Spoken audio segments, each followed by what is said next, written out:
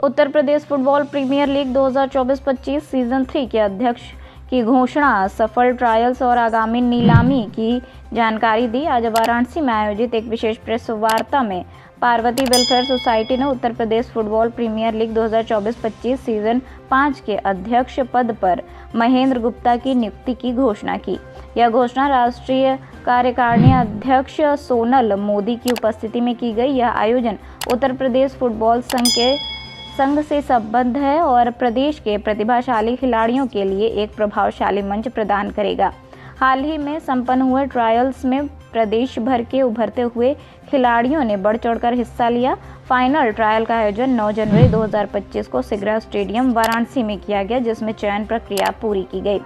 इस सीजन में 6 फ्रेंचाइजी टीमों के साथ साथ 3 महिला टीमों को अलग से शामिल किया गया है।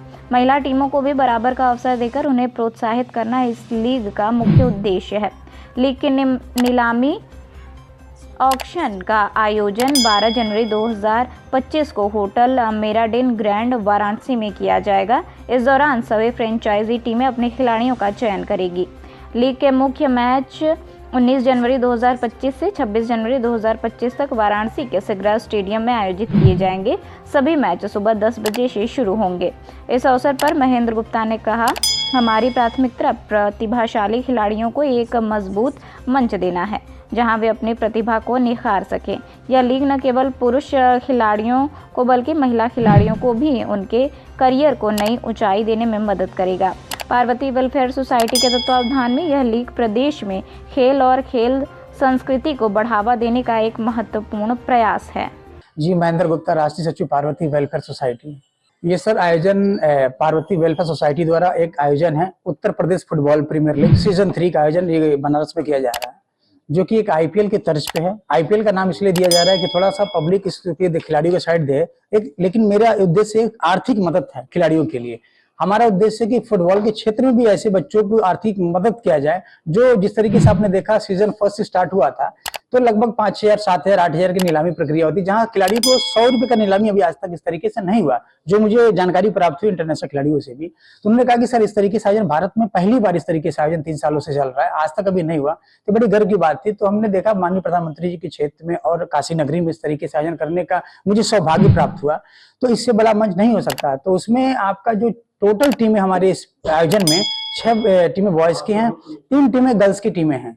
तो टोटल इसका प्राइस 5 लाख रुपए का है। उसमें स्कूटी का भी जो बेस्ट प्राइस खिलाड़ी का होगा स्कूटी दिया जा रहा है, और छोटी छोटी चीजें ऐसी स्मार्ट बनाने की कोशिश की जा रही है जिससे खिलाड़ी के अंदर एक ऊर्जा, कॉन्फिडेंस आए।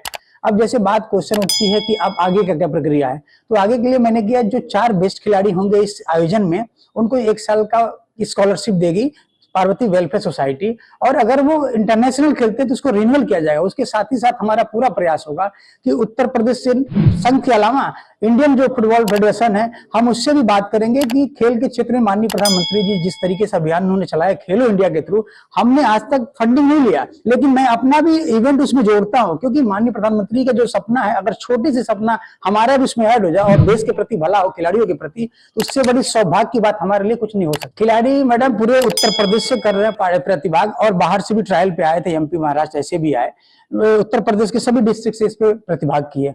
देखिए, काशी वालों का अगर ये शब्द आता है तो काशी में एक बड़े हमारे भोलेनाथ जी हैं। अब भोलेनाथ जी के पास जो पहले से बैठा है वो हमारा एक कहा जाए वो आदर्श हो गया। कोई भी व्यक्ति हमारे लिए आदर्श है, क्योंकि इस नगरी में उसका अटैचमेंट है और हमारा अटैचमेंट अभी हो रहा है।